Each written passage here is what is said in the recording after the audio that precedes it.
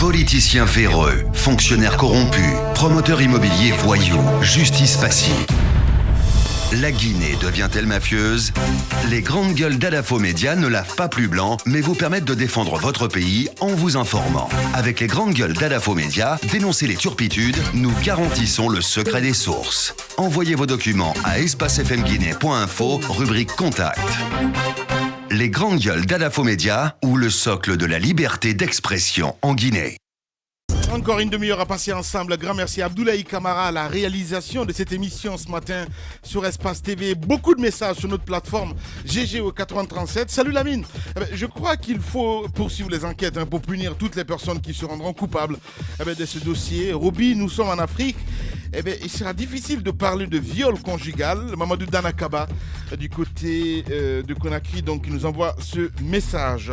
On reste là-dessus Ahmed avec quelques messages toujours en GGO 8037. Avant de partir du côté de Touba ou de ce côté Abakadalo nous apprend ce matin, c'est horrible ce qui se passe. Oui, bonjour les GG, je suis choqué, sidéré et remonté contre la lâcheté. Je ne sais pas qui a envoyé ce message, c'est pas signé. Bonjour les GG, allez sur le terrain, Madame Yoro, continuez, je vous félicite, merci beaucoup. Je suis choqué, sidéré et remonté, donc c'est le même message qui revient. On va essayer de partir du côté de Touba, Baka. Oui, c'est vrai que on a dit et redit que ce problème a été mal géré et continue de l'être d'ailleurs, ce qui fait que ça fait planer aujourd'hui de grosses menaces sur cette localité religieuse de Touba, située dans la préfecture de Touba. Je pense qu'on est en train de jouer un peu avec le feu de ce côté-là. Il y a un problème, il y a des tensions réelles qui existent entre ces deux communautés aujourd'hui, ces deux familles, la famille Touraya et la famille Karambaya. La famille Touraya qui porte donc un projet de construction d'une nouvelle mosquée sur place et un projet qui est mal vu par l'autre famille qui parle de contournement des procédures en la matière. Mais ce qu'il faut dire, c'est qu'on apprend ce matin que des militaires, des forces de sécurité, notamment la police, sont présentes sur place et qu'elles s'adonneraient à des exactions sur une certaine catégorie de population. On ne va pas entrer dans les détails. Et ce qui est à dire, c'est qu'au sortir du grand pèlerinage, le Fidao, qui a eu lieu entre jeudi et vendredi, il y a eu les hostilités ont repris à Touba samedi. Et on nous apprend que 2 personnes qui ont été blessées n'ont pas survécu et donc sont décédées à l'hôpital préfectoral de Gawal. Il y a encore des blessés. J'ai eu l'honorable Gawal tout au long de la journée d'hier qui était sur le front et qui était donc aux côtés des populations en tant que élu de cette localité de Gawal. Donc c'est important aujourd'hui que nos autorités cernent ce problème-là, qu'elles s'impliquent pour... moi je ne sais pas de quelle façon il faut prendre ce problème-là, mais il faut trouver une solution urgente. Il n'y a pas deux façons. Oui, il faut trouver une solution urgente pour éviter le pire sur place. Voilà, allez, Tamba, comment vous cernez ce dossier? Écoutez, moi je pointe du doigt directement la Ligue islamique nationale. Ouais. Je l'ai toujours dit. Le ministère l'a chargé. Non, tu sais, ce ministère il est plutôt transversal. Mais il y a une Ligue islamique nationale qui existe, qui régule l'islam en Guinée. Il faudrait que cette ligue-là, elle agisse. Ça fait combien de temps que nous sommes en train de parler de la même situation? Il faut lire les textes en la matière, notamment en islam, et voir comment procéder. C'est de cela qu'il s'agit. Je n'aimerais pas qu'une histoire de famille s'invite dans des affaires religieuses. Si ce que l'on veut, c'est l'expansion de l'islam dans cette localité-là, c'est un meilleur rayonnement de l'islam dans cette localité, il faudrait faire appel justement aux règles en la matière. Mais pour cela, encore une fois, il faudrait que l'État fasse très attention à comment est-ce que ça va être géré. Il faut que la Ligue islamique prenne ses responsabilités. Voilà, nous allons partir sur le terrain d'où nous attend Ousmane Gawal Diallo. Les grandes gueules. Bonjour, monsieur le député. Bonjour. Bienvenue dans cette émission. D'abord, décrivez-nous l'ambiance qui prévaut à cet instant du côté de Touba. Disons que depuis le petit matin, les hostilités ont repris un tout petit peu. Il y a eu beaucoup de tensions entre 3h du matin et 7h. On a entendu des tirs de sommation. Je crois que c'est la gendarmerie qui était déployée dans la cité. Malheureusement, nous avons enregistré 2 morts à l'hôpital préfectoral de Gawal hier. Les 2 blessés ont succombé à leurs blessures. Et puis, on nous a signalé, sans qu'on ait pu vérifier la chose, qu'une des personnes qui a poignardé un des jeunes décédés aurait été pris à partie par la foule à Touba et qui aurait succombé aussi à ses blessures. Donc, ce qui est déplorable pour nous aujourd'hui et ce que nous regrettons, c'est que la ville sacrée que nous avons à Gawal est en train de perdre vraiment son âme, parce que par l'inaction de l'État, par l'irresponsabilité de ceux qui nous gouvernent, il faut dire les choses, parce que ce sont des crises qu'on aurait pu éviter. On aurait pu éviter d'arriver à l'usage des armes blanches, à l'usage des armes automatiques, autour d'une question de construction d'une mosquée que l'État peut régler et pour lequel il y a une réglementation. L'État doit agir rapidement pour permettre à la paix sociale de revenir dans cette cité. L'État doit avoir les moyens pour pouvoir intervenir en amont et éviter qu'on compte les morts et puis organiser des réunions d'urgence. D'accord. Alors, M. Gawal, oui. Alors finalement, est-ce qu'on peut dire que la morale n'a plus sa place dans cette localité, puisque vous avez quand même amené des sages pour discuter avec les deux familles? On se souvient juste même avant. On nous apprenait aussi qu'une solution était trouvée. Voilà. C'est-à-dire que les sages étaient venus, tout ce que le Fouta comptait de sages, le grand calife du Fouta Djalong, El Hadj Banom Ba, accompagné de l'imam de la grande mosquée de l'Abbé, El Hadj Badrou, et tous les imams de Binani. Il faut savoir que Touba, c'est une petite portion de terre de l'ensemble qu'on appelle le Binani dans Gawali. Et donc tous les imams de la localité s'étaient mobilisés, tous les sages de la préfecture de Gawal, venus de Kakoni, de Koumbia, de Venumo, tout le monde s'était mobilisé. Une très forte délégation donc était venue faire la médiation. Manifestement, ça n'a pas réussi, même s'ils nous ont accordé le bénéfice de garder la paix jusqu'à la fin de la fête. Mais dès après la fête religieuse, chacun a sorti son arme. Ça veut dire qu'il y a eu un échec total de cela, c'est que la parole de sage n'a pas été respectée. Mais face à cette situation, l'État doit agir maintenant avec fermeté en faisant respecter la loi, parce que la construction d'une mosquée ne se fait pas au hasard. Si l'État a donné les autorisations nécessaires pour la construction de cette mosquée, il doit garantir la construction de la mosquée.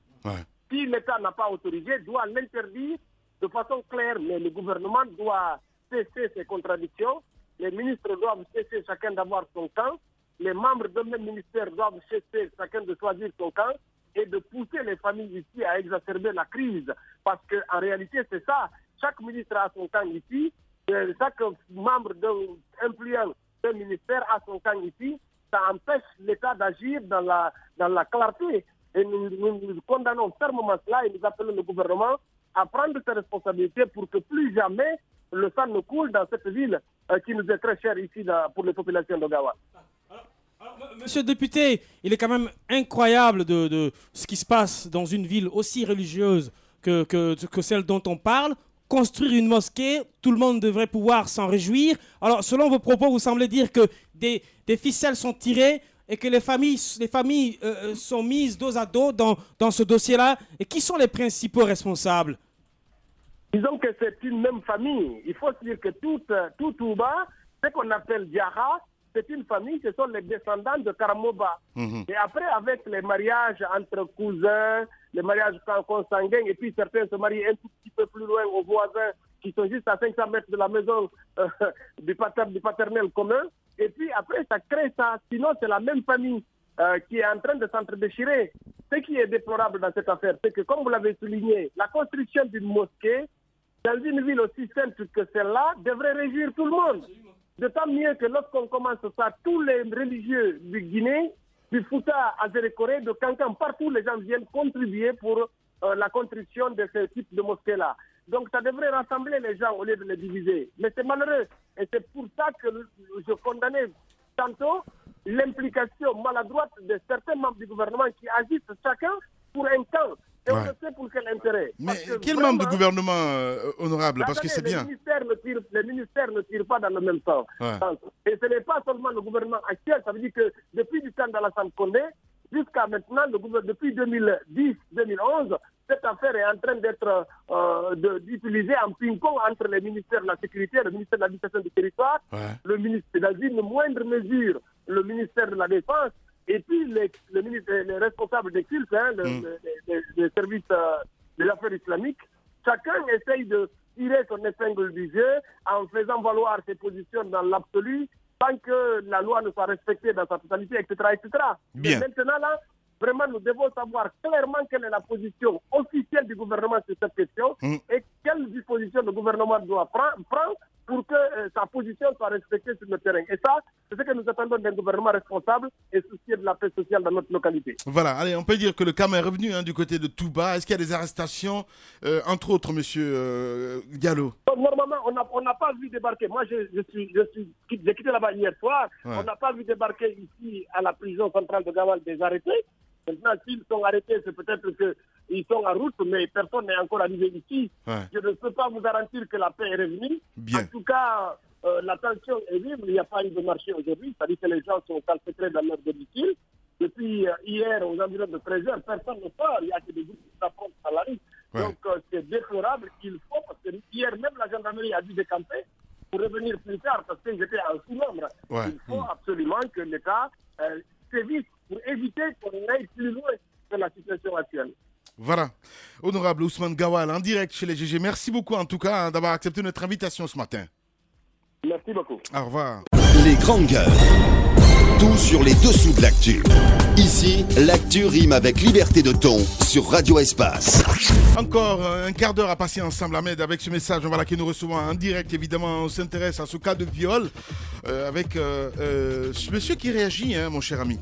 Ben voilà, c'est Claire qui donne pas mal d'informations où il dit donc que sur recommandation donc, du ministre des Affaires étrangères en vertu de l'alinéa 2A de la loi de crédit. Donc voilà, il donne pas mal d'explications et il signale à la fin que Jean Laprade, donc je crois donc le consul est français, il est consul honoraire à Conakry, il dirige une agence consulaire dont donc ne bénéficie pas de l'immunité diplomatique. Voilà. Donc c'est comme quand on place une représentation consulaire et qu'on laisse diriger par une personne qui peut être de toute nationalité et que cette fois-ci, voilà. Parce que Moussaïro parlait de Philippe. Voilà. Donc Philippe, que c'est le consul général et non pas le consul honoraire. Donc il y a erreur sur la personne. De toutes les façons, on est en train de mener les enquêtes et juste après les enquêtes, on donnera la vraie version de cette information. Alors, concernant le cas de Touba, je pense que c'est clair. Je l'ai dit ici, quand j'ai dit qu'il allait y avoir des morts à Touba, on m'a dit que j'étais cynique. Mais non, mais attendez, il faut tout simplement étudier la situation et comprendre ce qui peut se passer. Parce que je connais mes autorités, je connais comment fonctionne mon pays. Je pense que ce n'est pas normal. Aujourd'hui, si les sages de Touba, les sages de la Moyenne Guinée, tous se sont déplacés vers Touba pour régler ce problème et qu'ils n'ont pas réussi à régler ce problème, ben point barre, qu'on mette point et qu'on fasse désormais appel à la loi pour régler ce problème. Parce que pour moi, c'est vrai que même s'il y a la loi, il y a aussi certaines vertus religieuses où je ne sais pas comment ça fonctionne un peu dans ces villages-là où il faut respecter quand même les sages. En voulant faire quoi que ce soit, il faut amener de la cola, c'est parce que la loi guinéenne dit. Mais on le fait parce que c'est comme ça que ça a l'habitude de fonctionner. Mais une fois que tout cela échoue, bien évidemment, s'il y a des documents qui donnent la possibilité à ces personnes de construire une mosquée, que l'État, bien évidemment, garantisse cela. L'État ne peut pas signer un document et après se soustraire et croiser les bras pour dire non, allez-y régler entre vous. Alors, pourquoi est-ce que vous avez signé ce document? Bien, très bonne question. Allez-y, Tamba. Mais écoutez, Touba n'est pas en dehors de la Guinée. Touba, c'est un territoire guinéen. On pointe, c'est vrai, la responsabilité de l'État. Moi, j'ai envie de pointer la responsabilité des citoyens de Touba. On a obligation de se soumettre à l'autorité de l'État. Du moment où on est guinéen, l'État délivre un permis de construire pour une localité précise et en bonnes et dues formes. Pourquoi ne pas accepter que ça se passe? Ça, c'est un premier aspect. Le citoyen a obligation de se plier à la volonté de l'État. Oui, mais quand il se plie pas, que ce n'est pas quand il se plie pas, l'État le fait plier. Je veux y aller. Et en second lieu, il faut aussi prendre la dimension religieuse de la question. Ce que l'on veut faire n'est pas ignoble.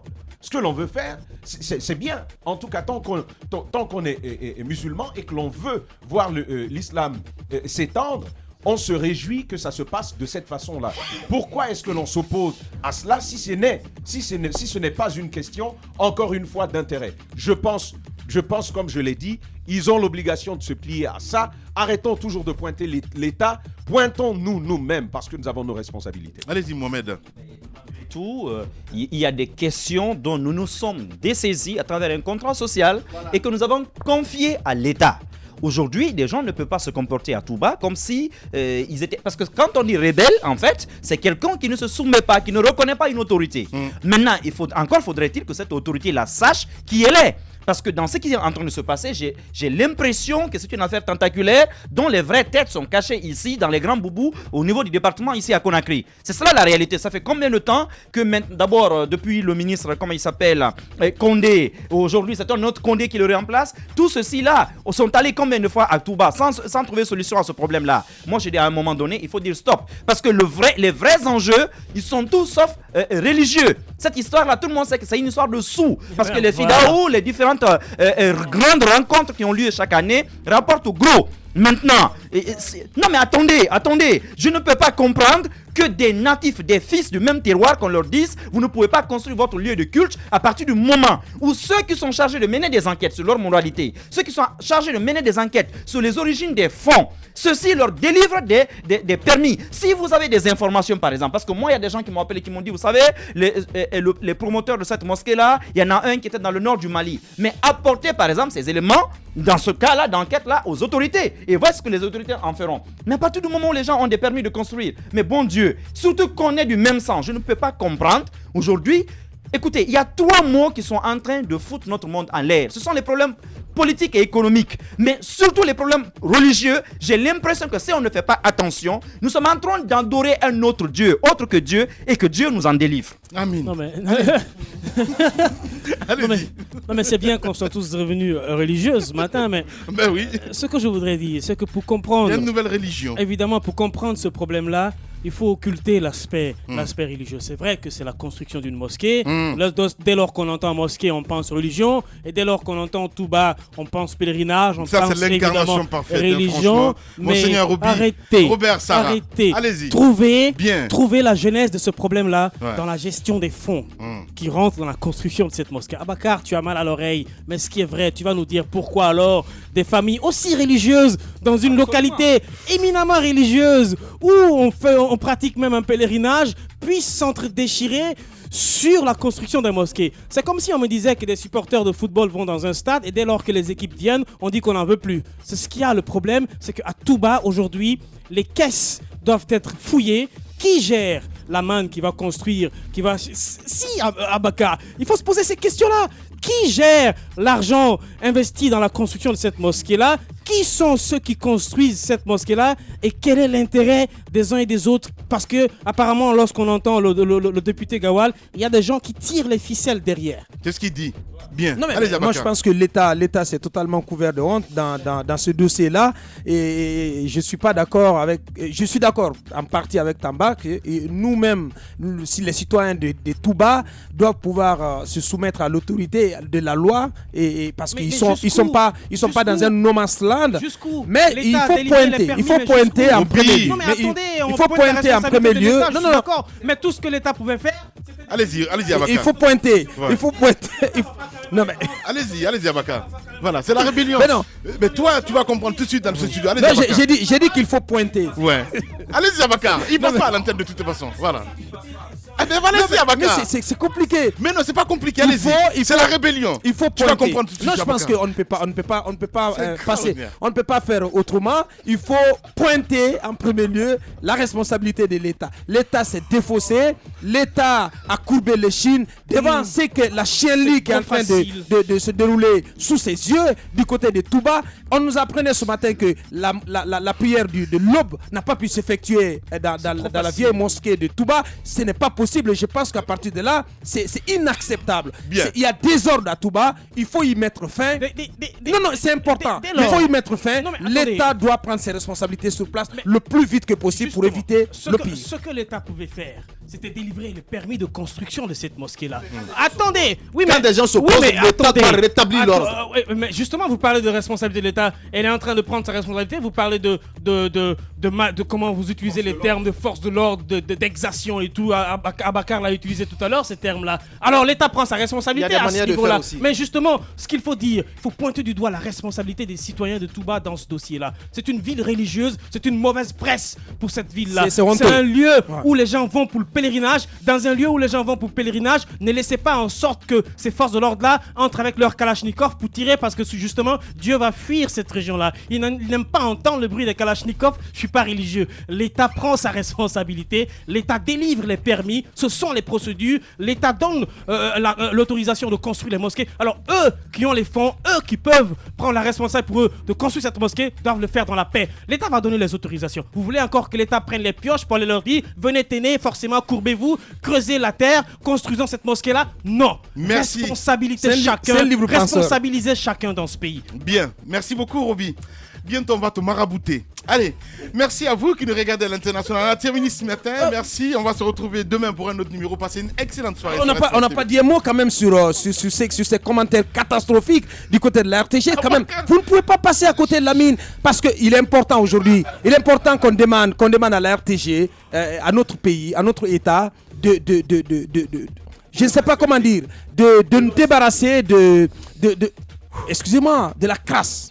C'est important. Parce que ceux qui étaient aux commentaires hier du match Syrie-Namibie, je pense qu'ils ont couvert entièrement la RTG et la Guinée de honte. Et je parle de cette dame, comment elle s'appelle, Nyoumase Dafé et d'un autre. C'est pas possible. Mais quel niveau là? Ça se passe pas comme ça. Non, Titi. C'est honteux. C'est honteux. Non, c'est honteux. Il faut laisser la place aux nouvelles générations. Merci beaucoup. Je suis d'accord qu'il faut laisser la place aux nouvelles générations, mais je pense que vous exagérez un peu, Aboubacar. Elle a fait ce qu'elle pouvait. Voilà. Et voilà. Moi, je pense pas que c'était nul comme vous. Allez, merci à vous. On va se retrouver demain pour un autre numéro. On ne peut pas arrêter. On ne peut pas contrôler les GG. C'est ça le problème. Grand merci à Mamoudou Kondé. Merci à vous qui nous écoutez à Cancan sur 99. Demain, on se retrouve pour un autre numéro. Passez une excellente soirée sur Espace TV. Cette fois-ci, c'est pour de bon. Au revoir.